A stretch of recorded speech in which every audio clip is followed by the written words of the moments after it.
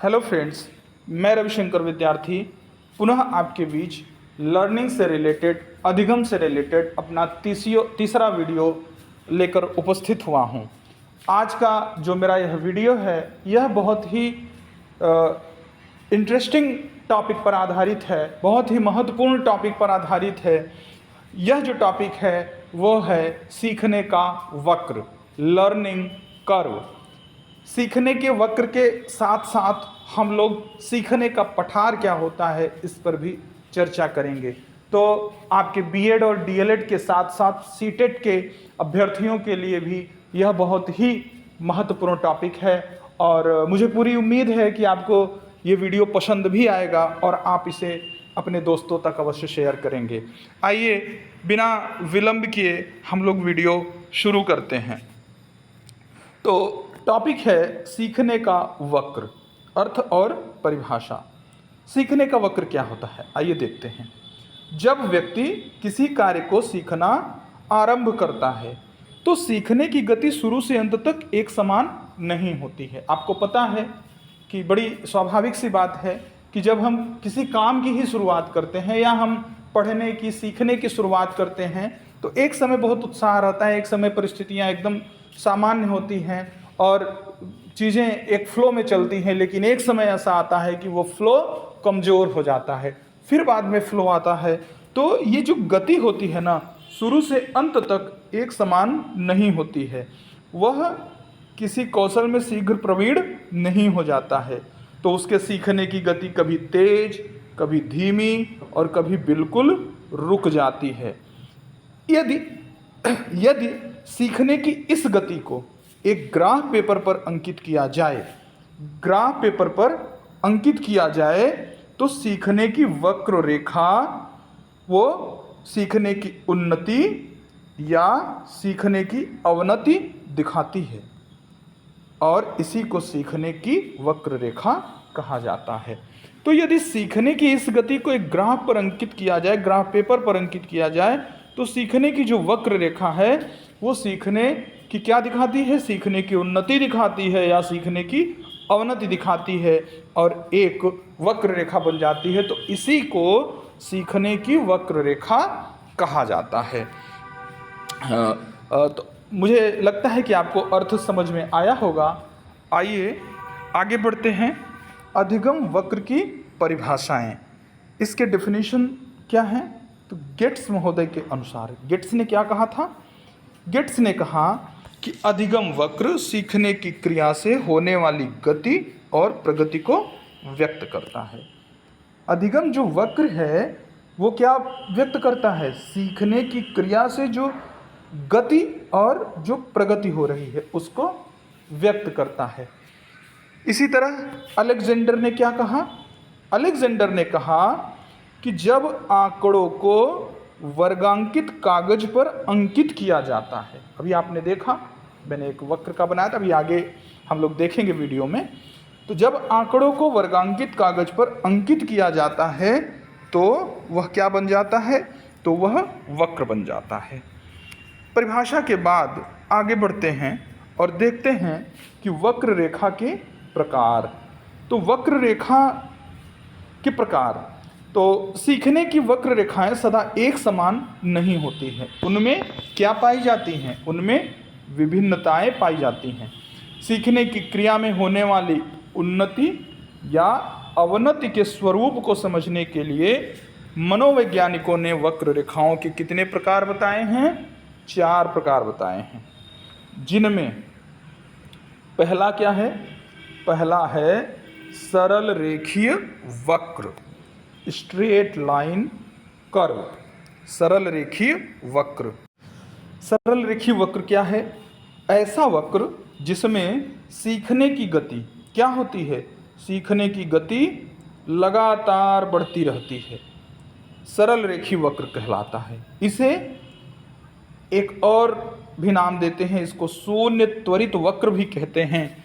ऐसा वक्र नहीं बनता है या बनने की संभावना बहुत ही कम होती है, क्योंकि सीखने की गति कभी न कभी तो कम होगी ही।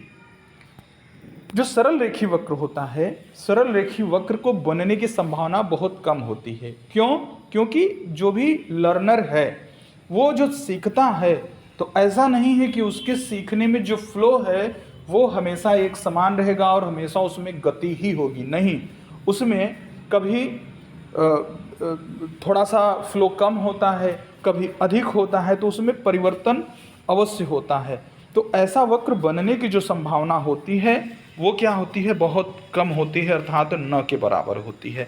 तो इस तरह से हमने देखा सरल रेखी वक्र, जिसको बोलते हैं स्ट्रेट लाइन कर्व। इसमें क्या होता है? इसमें सीखने की गति लगातार बढ़ती रहती है और इसे सरल रेखी वक्र कहते हैं। आइए आगे बढ़ते हैं। दूसरा है उन्नतोदर वक्र अथवा ऋणात्मक उन्नति सूचक वक्र, कॉन्वेक्स कर्व और निगेटिव एक्सेलरेटेड कर्व। क्या है? आइए इसको भी देखते हैं। इस प्रकार की वक्र रेखा में प्रारंभ में क्या होता है? प्रारंभ में सीखने की गति तीव्र होती है, लेकिन बाद में क्या होता है? बाद में सीखने की गति क्रमशः मंद पड़ती जाती है। तो इस प्रकार के सीखने में क्या होता है? प्रारंभ में उत्साह अधिक होता है। आप यहाँ देख रहे हैं ये कर्व बना हुआ है। इसमें क्या होता है कि शुरू में तो गति होती है, लेकिन एक समय के बाद इसमें क्या होता है? इसमें धीरे धीरे पठार की स्थिति उत्पन्न होती है, फिर धीरे धीरे कम हो जाता है। तो उन्नतोदर वक्र या ऋणात्मक उन्नति सूचक वक्र किसे कहते हैं? इस प्रकार की वक्र रेखा में प्रारंभ में सीखने की गति तीव्र होती है, उसके बाद सीखने की गति मंद पड़ती जाती है। फिर आइए आगे बढ़ते हैं और देखते हैं जो तीसरा है वो क्या है? वो है नतोदर वक्र या धनात्मक उन्नति सूचक वक्र, कॉन्केव कर्व और पॉजिटिव एक्सेलरेटेड कर्व। इसमें क्या होता है? इसमें प्रारंभ में सीखने की गति क्या होती है? धीमी होती है। इसमें प्रारंभ में सीखने की गति धीमी होती है और उसके बाद क्या होता है? धीरे धीरे सीखने की गति बढ़ती है। प्रारंभ में सीखने की गति धीमी इसलिए है, ये जो सीखने की गति है ये धीमी इसलिए है कि अधिगमकर्ता ने सीखने की सही विधि का चुनाव नहीं किया था अथवा उसका अभ्यास उचित नहीं था। जब सीखने वाले की विधि में स्थिरता आ जाती है तब वह अपने काम से क्या होता है? भली भांति परिचित हो जाता है और फिर सीखने की गति क्या होने लगती है? सीखने की गति भी तीव्र होने लगती है। तो जो नतोदर वक्र होता है या धनात्मक उन्नति सूचक वक्र होता है, उसमें क्या होता है? उसमें यही समझिए कि उसमें शुरू में सीखने की गति धीमी होती है और बाद में सीखने की गति धीरे धीरे बढ़ती जाती है। इसके बाद है आपका अगला मिश्रित वक्र या अवग्रहास वक्र। मिश्रित वक्र मतलब मिक्स्ड कर्व। तो मिश्रित वक्र जो होता है वास्तव में कोई अलग प्रकार का वक्र नहीं होता है, बल्कि कैसा होता है? यह उन्नतोदर वक्र और नतोदर वक्र का क्या होता है? मिश्रण होता है।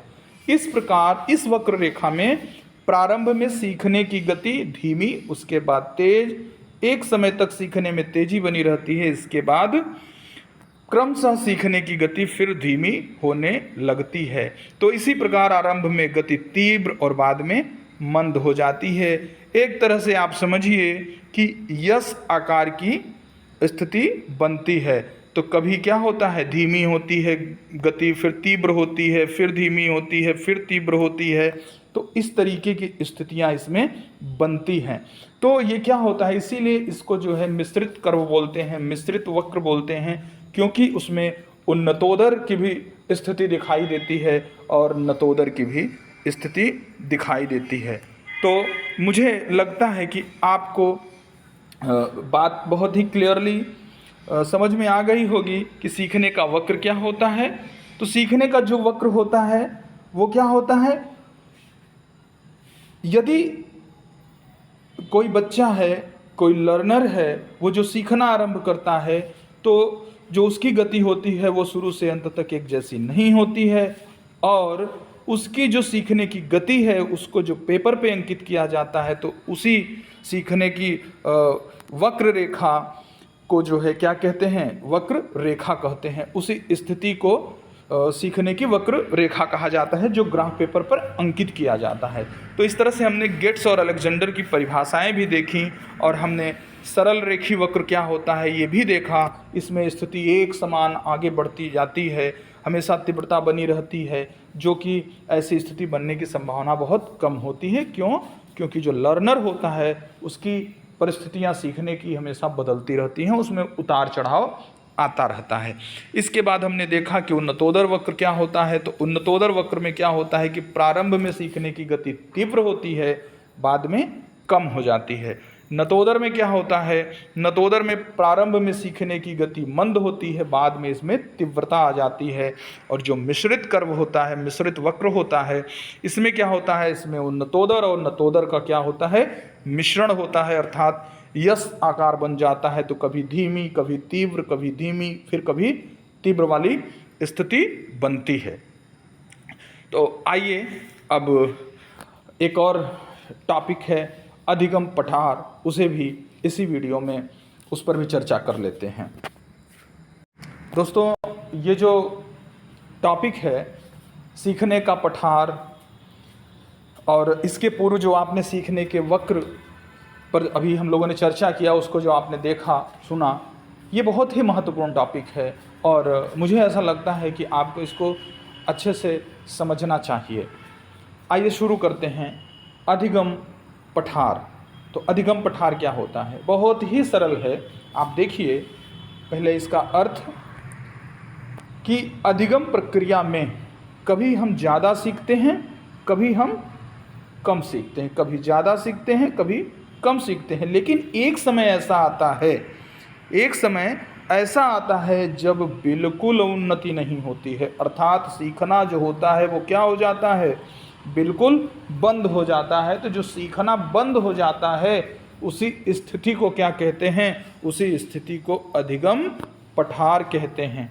अर्थात अधिगम की प्रक्रिया में हमारे उतार चढ़ाव तो हमेशा आते रहते हैं, कभी हम ज़्यादा सीखते हैं, कभी हम कम सीखते हैं, लेकिन एक समय ऐसा आता है जब यह प्रक्रिया क्या होती है, यह प्रक्रिया बिल्कुल मंद सी हो जाती है। तो उसी को बोलते हैं अधिगम पठार। और कुछ परिभाषाएं हैं, आइए देखें। जैसे रास महोदय ने क्या कहा, परिभाषा वैसे एक ही परिभाषा हमने यहाँ पे डाला हुआ है। तो आप देखिए रास महोदय ने क्या कहा था। रास महोदय ने कहा कि पठार जो होता है वो सीखने की प्रक्रिया में प्रमुख विशेषता है जो उस अवधि को सूचित करता है, उस पीरियड को सूचित करता है, उस टाइम को सूचित करता है जिसमें सीखने की प्रक्रिया में कोई उन्नति नहीं होती है। पठार सीखने की प्रक्रिया में क्या है, प्रमुख विशेषता है जो क्या सूचित करता है, जो ये सूचित करता है, जो अवधि को सूचित करता है। किस अवधि को? जिस अवधि में सीखने की प्रक्रिया में कोई प्रोग्रेस, कोई उन्नति नहीं होती है। आइए एक ग्राफ है, इस ग्राफ के माध्यम से हम लोग इसको समझते हैं। आप देखिए, इसको थोड़ा बड़ा करने की कोशिश करते हैं। आप देखिए कि ये एक स्थिति है, यहाँ तीव्रता है, फिर उसके बाद आगे चल के क्या होती है, आगे चल के गति रुक जाती है, फिर पुनः गति की दूसरी अवस्था में फिर तीव्रता आ जाती है। तो ये जो स्थल है, ये जो रुकी हुई जो गति की स्थिति है, ये जो सपाट स्थल है, यही क्या है, यही अधिगम पठार है।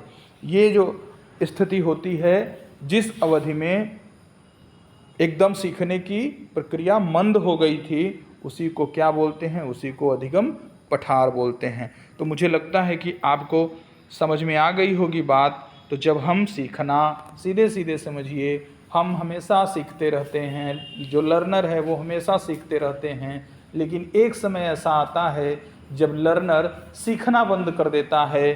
तो वही जो अवधि होती है, वही जो स्थिति होती है, वही स्थिति किसकी होती है, अधिगम पठार की स्थिति होती है।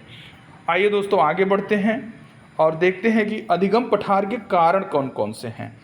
तो अधिगम पठार के कई कारण हो सकते हैं, जिनमें कुछ प्रमुख कारण इस प्रकार हैं, जैसे है ज्ञान की सीमा, फिर है प्रेरणा की कमी, शारीरिक सीमा, मानसिक क्षमतावरोध, अधिगम की अनुपयुक्त विधि और कार्य की जटिलता।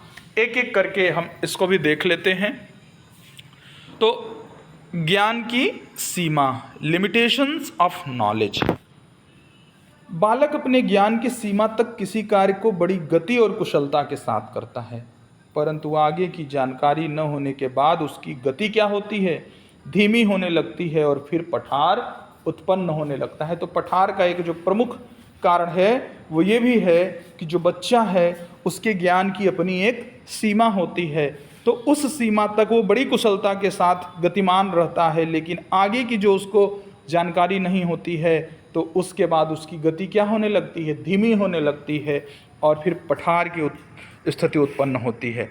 इसके बाद दूसरा है लैक ऑफ मोटिवेशन, प्रेरणा की कमी। तो अधिगम प्रक्रिया में उत्साह, प्रेरणा और रुचि, इन तीनों का बहुत महत्वपूर्ण स्थान होता है। उत्साह भी जरूरी है, प्रेरणा भी जरूरी है और रुचि होना भी जरूरी होता है। तो अधिगम प्रक्रिया में उत्साह, प्रेरणा और रुचि ये बहुत महत्वपूर्ण होते हैं।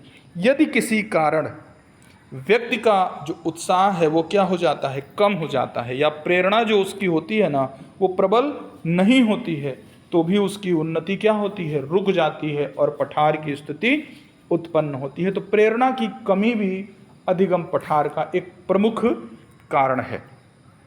इसके बाद नेक्स्ट है शारीरिक सीमा, फिजिकल लिमिटेशन। शारीरिक क्षमताएं भी अधिगम पठार की स्थिति उत्पन्न करने का कारण होती हैं। जैसे तेज लिखने में, तेज चलने में एक सीमा ऐसी आ जाती है जिसमें अधिक तेज चलना या तेज लिखना संभव नहीं होता है। बहुत ही आसानी से आप इस बात को समझ सकते हैं कि हर व्यक्ति की, हर बालक की अपनी एक शारीरिक क्षमता है, उसकी अपनी एक शारीरिक सीमा है। तो आप कोई भी काम करते करते एक स्थिति ऐसी भी आ जाती है शरीर की जब वो जवाब देने लगता है। तो कहने का मतलब ये है कि जो ये स्थिति उत्पन्न होती है वही स्थिति क्या कहलाती है, वो स्थिति पठार उत्पन्न करती है हमारे अंदर। तो शारीरिक सीमा जो होती है वो भी अधिगम में पठार की स्थिति उत्पन्न करने का एक कारण होती है। इसके अलावा एक और है मानसिक क्षमता वरोध, मेंटल लिमिट। तो मनोवैज्ञानिकों के अनुसार व्यक्ति एक निश्चित मानसिक क्षमता तक ही सीख सकते हैं। प्रत्येक व्यक्ति की मानसिक क्षमता क्या होती है, अलग अलग होती है। व्यक्ति में चाहे जितना उत्साह हो या सीखने की श्रेष्ठतम पद्धति को ही वो क्यों ना अपनाए, वह अपनी मानसिक क्षमता से अधिक उन्नति नहीं कर पाते हैं। तो सबके अंदर विभिन्नता होती है, सबके अंदर डिफरेंसेस होते हैं। तो जो उनकी क्षमता होती है उस क्षमता से अधिक वो उन्नति नहीं कर पाते हैं। तो जो मानसिक क्षमता अवरोध है यह भी पठार का एक कारण होता है। फिर आइए आगे देखते हैं अधिगम की अनुपयुक्त विधि। ये अधिगम पठार का एक बहुत ही महत्वपूर्ण बिंदु है। Improper learning method. तो किसी भी कार्य को करने और सीखने की एक उपयुक्त विधि और क्या होती है, प्रणाली होती है। किसी भी कार्य को सीखने या करने की एक उपयुक्त विधि और प्रणाली होती है। तो अधिगम की अनुचित विधियां जो होती हैं, अधिगम की जो अनुचित विधियां होती हैं वो सीखने की उन्नति को रोक कर क्या करती हैं, पठार बना देती है। यहाँ पर टाइपिंग मिस्टेक हो गया है, ये पत्थर हो गया, यहाँ पे पठार होना चाहिए था। तो आप इसको जो है अगर आप नोट्स बनाइएगा तो आप ध्यान रखिएगा, यहाँ पर जो पत्थर लिखा गया है यहाँ पे पठार होना चाहिए था। तो अधिगम की जो अनुचित विधियाँ होती हैं वो अनुचित विधियाँ क्या होती हैं, सीखने की उन्नति को रोककर पठार की स्थिति बना देती हैं। तो अधिगम के दौरान अधिगम कराने के लिए उपयुक्त विधि का भी होना जरूरी होता है। इसके अलावा दो और महत्वपूर्ण बिंदु हैं, कार्य की जटिलता और उद्देश्य का अभाव। तो ये सारे जितने भी पॉइंट्स हैं ये अधिगम पठार के क्या हैं, कारण हैं। अब हम लोगों ने देखा कि अधिगम पठार के कारण क्या रहे हैं। अब हम लोग आगे बढ़ते हैं और अंत में देखते हैं कि ये जो अधिगम पठार है, ये जो अधिगम पठार है, तो इन पठारों का निराकरण कैसे किया जाए, अधिगम पठारों का निराकरण कैसे किया जाए।